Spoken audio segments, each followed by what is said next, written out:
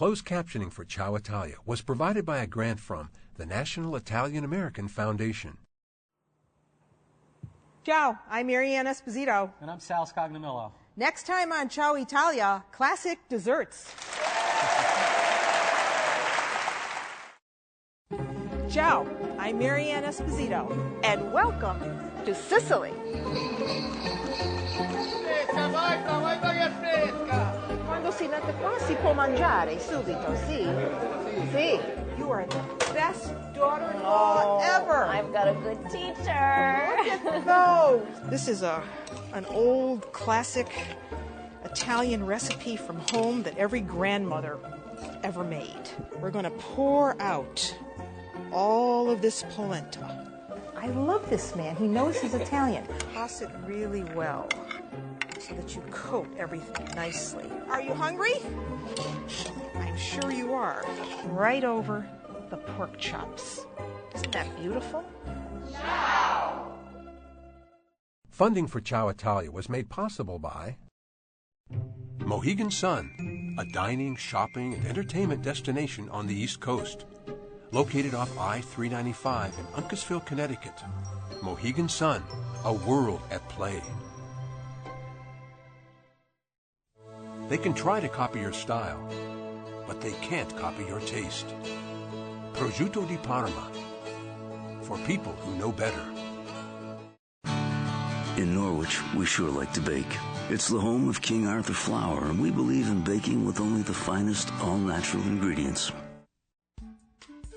I'm a long way from my own kitchen, and so is Sal Scognamillo, the executive chef and co-owner of the one and only Patsy's Restaurant in New York City. Today, Sal and I are checking out the hotel's banquet kitchens, where hard-working chefs are preparing food for our television audience to enjoy. I love to cook, but when I see it being done on this scale, feeding thousands of people, I am in awe of the talent, dedication, and skill it takes for these food professionals to do it all day, every day. Cooking in front of a live television audience is challenging, not just for Sal and me, but for all the other people who come together for just a few hours to create a kitchen inside a theater. And let's not forget the cameras, lights, and cables, and microphones that go with it.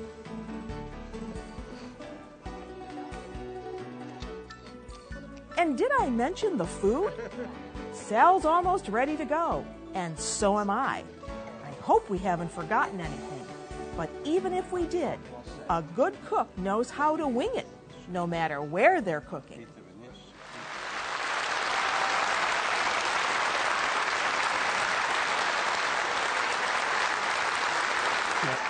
Oh, well. Thank you. Ciao, everybody. Ciao. Can you say ciao? Hello, everyone. We want to get you in the mood because today we're going to do some very nice traditional desserts, aren't we? Yes, we're going to do your panettone with the bread pudding, and we're going to do the Zeppeli. And we're going to do Zeppeli. And I decided to do this bread pudding with panettone because I know that a lot of people get panettone at Christmas time and they don't know what to do with it. If they get one or two, they shove them in the freezer and they leave them there and they figure, oh, well, you know, next Christmas I'll take it out and I'll use it again. But do you realize that you can make a really beautiful bread pudding with panettone, which, if you don't know, is a sweet bread like this, comes in a nice red box like that, and you get it at Christmas time. And you can either buy them or you can make them. If you want to make it, you can go to the Ciao Italia website and find out how to do that. We have a beautiful recipe on our website. And this is a yeasted bread that originally came from Milan. Yes. And it's a sweet bread, and it has orange zest and lemon zest and raisins, and they've done all kinds of things today to update this bread, so now you can find them with chocolate and all kinds of things. So we're going to be using this bread to do a bread pudding, but if you didn't have this, well, then you could use any kind of a sweet bread. You could use a raisin bread, a cinnamon rolls if you had a whole bunch of them. You could use a pound cake. That would work as well. They work very well. Because what you need is something that has a really tight crumb. And you see this has a tight crumb. So you have a bread like this, and then what you need to do is take it, and I just cut it up into chunks. You want to take that paper off first. And if you're going to make this, you can actually find those papers in a bake shop. So you just cut it up into some chunks. And it doesn't have to be anything fancy because this is all going to bake very nicely in the oven. And when I make this, Sal, I like to marinate the bread first in some wine. A little sweet wine you put in it? A little sweet wine. That's very tasty. So it you makes need, it nice and moist. Right. You need about 4 cups. So here's 4 cups of our panettone. I'll add a little bit more, and now we can get rid of this. So for the wine, we have, of course, some really great Marsala. So why don't you put about 3/4 of a cup of Marsala wine, and you want to do this ahead of time. So I would say maybe a half hour before. Okay, whoa. Get drunk bread. Wow. Drunk bread, yeah. All right, so you mix that up. And now you see why you need a tight crumb, because you want that bread to absorb all of that wine. If you had something that was really mushy, it would just disintegrate. Fall apart. Then it just would not hold up. So you set that aside. Then, just to gussy this up a little bit more, I like to add figs. These are great. Now, bread pudding is something you think of in wintertime, because you want something that's, comforting. So there are no fresh figs in winter, correct? Impossible. Okay, we find those in the summer. But there are dried figs. Fiki seki, right? These are good. So here we have dried figs. You can find those anywhere in a grocery store. And all I do is soak them first, because sometimes they can be pretty hard. So you soak them in some warm water, just like that, maybe for about 20 minutes. Then you just cut them up into small pieces, and you have your figs all ready to go. We soak those in the grappa at the restaurant. Grappa's another good thing. But that would interfere with the flavor of this. Exactly. So while that's happening, you want to heat up some milk. So here we have 4 cups of milk and a 1/2 cup or 1/3 of a cup of heavy cream. That just gives it a little extra richness. You want to use low-fat milk? You can. You don't want to use cream? Use 1/2 and 1/2. So this is warm now. So once it's warm, then what we need to do is get some egg yolks ready. And I'm going to have you help me with this part. So first of all, we need 4 eggs. All right, now we're going to do the dueling whisk exercise. I've got the easier one, and you've got the harder one, because all I have to do is break up these yolks. And he has to whip those whites until they're fairly stiff. Once I have broken up the yolks like this, then I can add the milk and the cream mixture. And here's a little trick that I use, Sal. I always pour over the instrument that I'm using so it diffuses it and doesn't splatter all over you. Doesn't cook the egg either, right? So we have our warm milk, our egg yolks, and our cream. And now I want to give this a little bit of orange zest. So if you don't have a rasp like this, I suggest you go out and get one, because this is a really good tool to have in the kitchen. It's great for not just only fruits, but you could also do chocolate. Great flavor and everything. And it's a wonderful flavor. I use that in my cheesecake, the orange. And we're going to add some more. And I also have some lemon zest. I put a lot in because a teaspoon of orange and lemon zest does nothing. Doesn't amount to anything, especially with that much. You want a good tablespoon or so. And then with this, we want a little bit of salt, obviously, to give this a little bit of flavor. Now, these 2 things are really carnival food, wouldn't you say? I love it. Zeppeli particularly. I love this stuff. Coming from the south of Italy. Exactly. Here we have a little cinnamon, about a 1/2 teaspoon. A 1/4 teaspoon of nutmeg goes in. I've never had that before. That sounds great. And you mix all this up, and now we have that bread that's been soaking all this time. And we take that, put it right in here. See? Just like that. That's great. Now, how are you doing on those whites? They're good. You getting there? Come on, we need a little arm exercise here. Now we add the figs.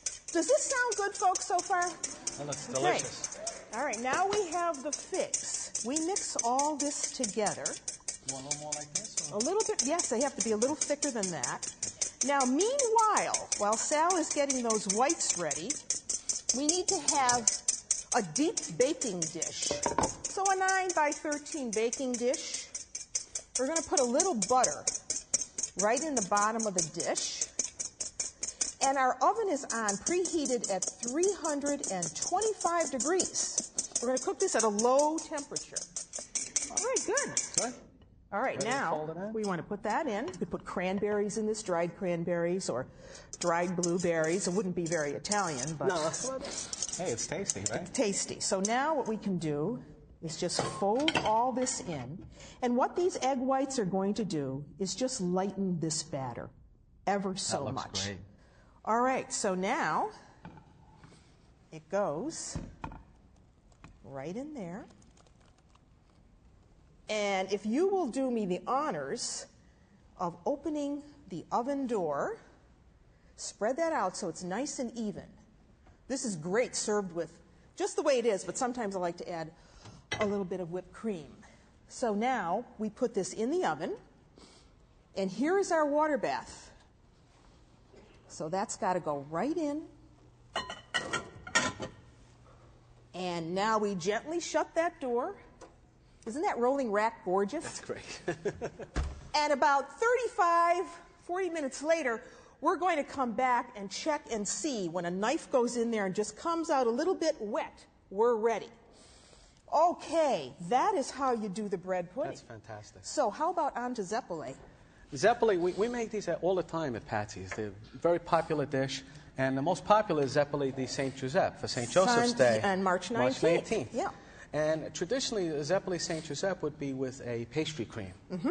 We're going to make them today with a cannoli cream, which sometimes they refer to them as sfinge. Sfinge. Which is very good. There's so many dialect words for that. You got to remember all The this. sfinge. Most people, when they think of Zeppeli, is like just a fried dough with some sugar on it. But this has the cream inside and a little cherry just to top it off. And isn't it also great for Carnival, for Fat Tuesday? Most popular dish, I think, they always serve there. What we did was we put in 2 cups of water, a little bit of butter, and some salt. Mm-hmm.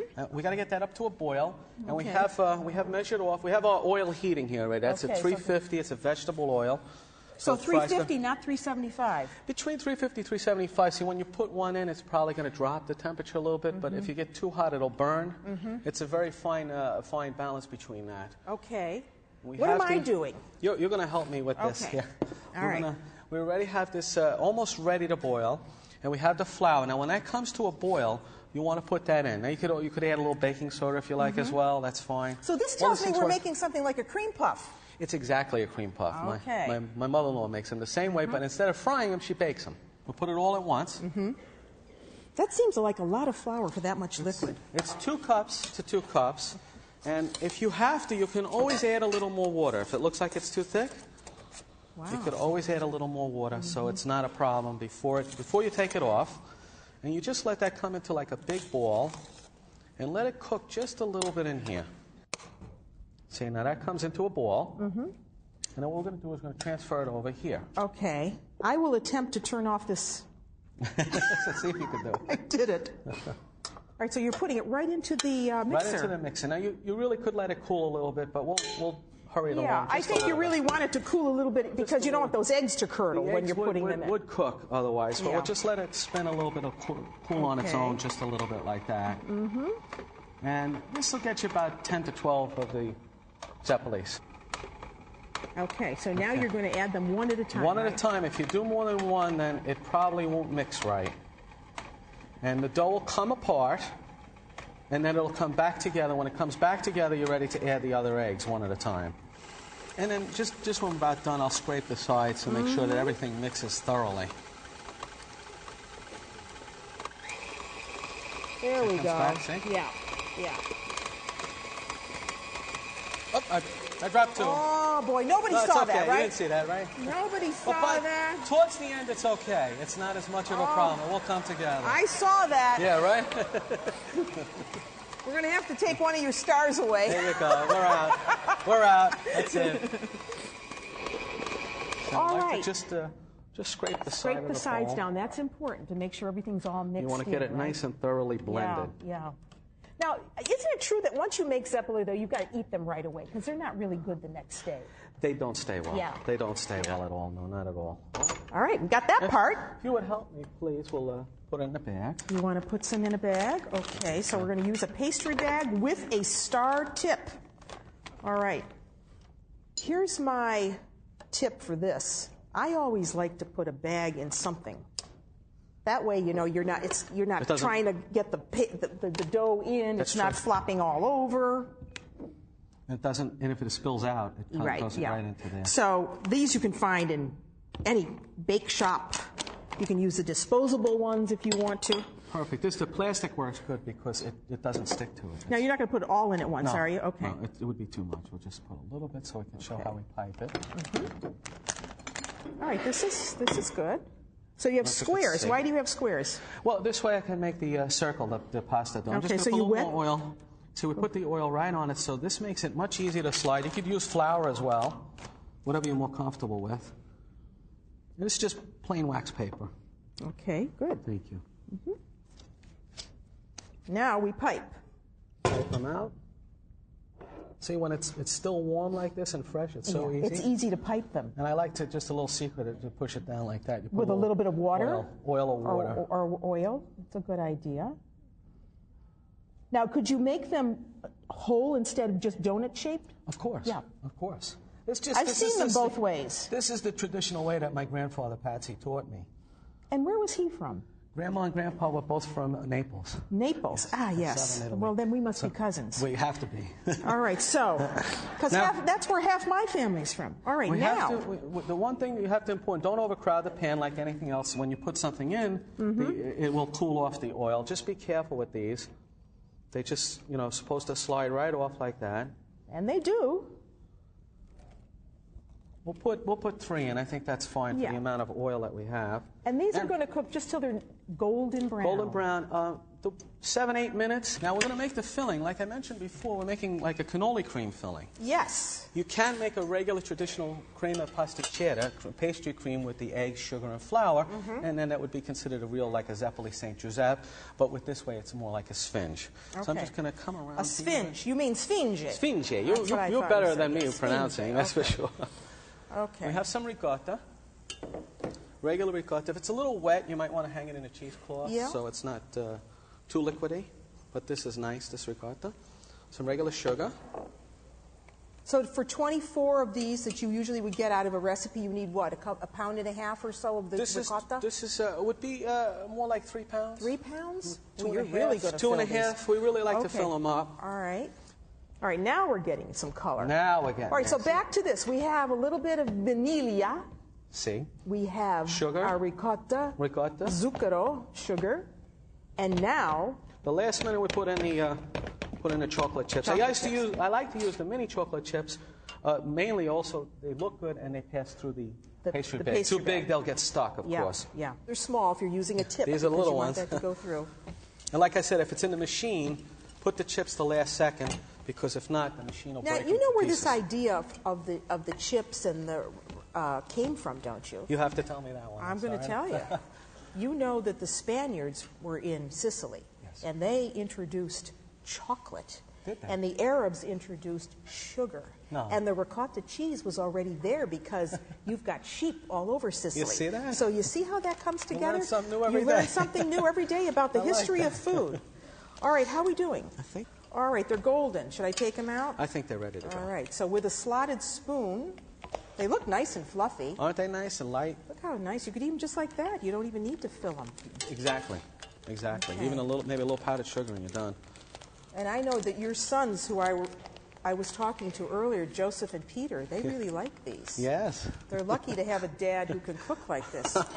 Okay, that's that. Okay. I'll move this Why don't out of the we, way for you. Why don't we can bring them over here to slice them? And we have some that are already cooled. We do? Okay, good. Yes, we do. And they are Right here. right there. Okay, the magic of TV. So there are some cool ones, a little browner than what we have, but okay. Why don't you show us how they go together now? If we can, I want a can use knife? this knife right here. Yes. This is a bread knife. It's easy to slice Yeah. these. You can leave the half on like that so then they close Yeah, up. see how nice and tie- light they are. See, that's the egg in there. Beautiful. Comes Move like this that. over here. One for you and one for me. Oh, yes. Okay. And the Here's your pastry pastry. Okay. I'm generous with the cannoli cream. I like a lot of cream in there as well. Are you salivating over this? Isn't this looking good? This is good stuff. We're actually going to serve you these. And then we'll throw a little powdered sugar on that. You want a little powdered sugar there. Here's a beautiful dish for you.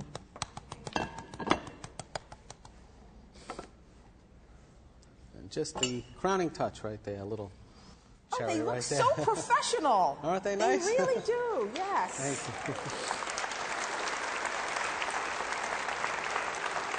Okay, but now we can't forget about the bread pudding. Yes, are we ready? Yes, we have to take one out. So, if you would do me a favor and go into the fridge and get some whipped cream, which I've already whipped on that side, the other side, I think, and I will bring out the cooked bread pudding. There it is. You take it out of the water bath. Oh, that's beautiful. See, and you'll know it's done by just taking a little knife and going like that. Comes out clean. So, again, if you would put some whipped cream in here for me. Sure. I will cut up some of this. So, you can either serve this scooped, you can just scoop it out, and you want to serve it warm. This is just heavy whipped cream with the That's sugar? just heavy whipped cream with a little bit of sugar, because you don't need much, because It's got a lot of sweetness. We already right? have sweetness in here from the figs. Let's see if I can get a piece out.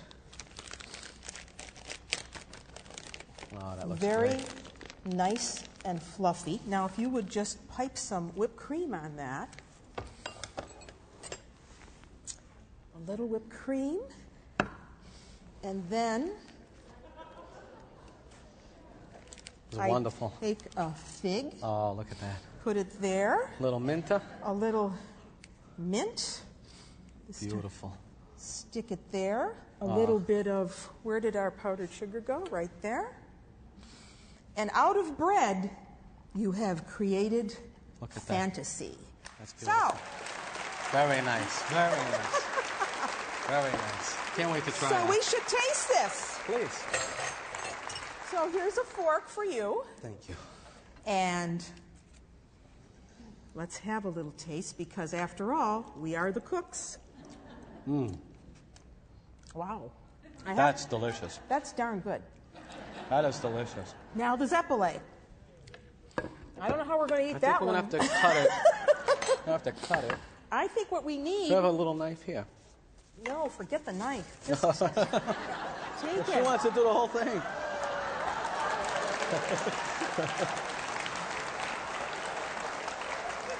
Let me get one of those. Good stuff, huh? Oh, it's delicious. So now, would you like a taste? That's really, really good.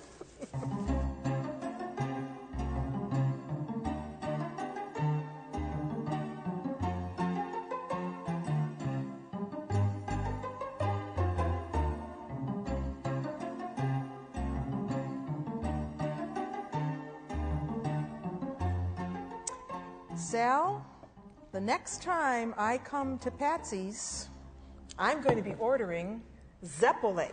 I'm going to make it for you. Because I thought you did a fabulous job. They're delicious. You want to Thank tell you. everybody how you did them? Yes, we brought some water to a boil with a little butter and salt. We added the flour all at once, mixed it into a bowl, put it into our mixing machine, and added one egg at a time till it became a nice batter. Piped it out, fried them. We split them, and then we put our cannoli cream in there. That's what makes it a sfinge. A sfinge. All right. And you topped it with a beautiful maraschino cherry. Perfect. And then I decided to do a little comfort food dessert for you using panettone, which is that sweet bread of Christmas that everybody always has one or two of, right? Yes. And what we did here was soak the bread in the Marsala wine that we had, and then we added some dried figs, some orange zest, some lemon zest. I think you and I worked hard today, so we did. deserve a little pasito di pantelleria, which is perfect for this dessert, I think, don't you? I do. Very nice. Well, you can come to my kitchen anytime. Thank you. And until I see you nella cucina again, I'm Marianne Esposito. And I'm Sal Scognamillo. Ciao. Great. Isn't it good? This is great.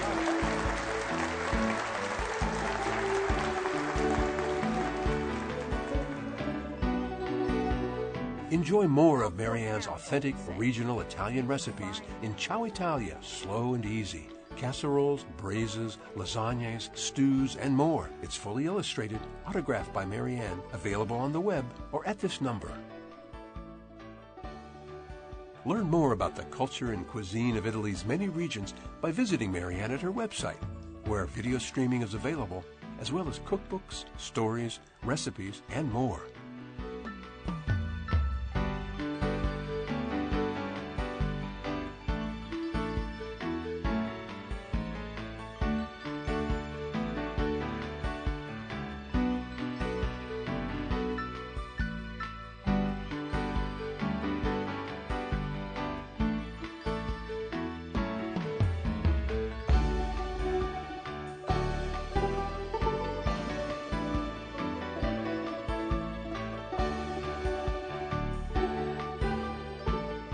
Funding for Ciao Italia was made possible by Mohegan Sun, a dining, shopping, and entertainment destination on the East Coast. Located off I-395 in Uncasville, Connecticut. Mohegan Sun, a world at play. They can try to copy your style, but they can't copy your taste. Parmigiano Reggiano, for people who know better. In Norwich, we sure like to bake. It's the home of King Arthur flour, and we believe in baking with only the finest all-natural ingredients.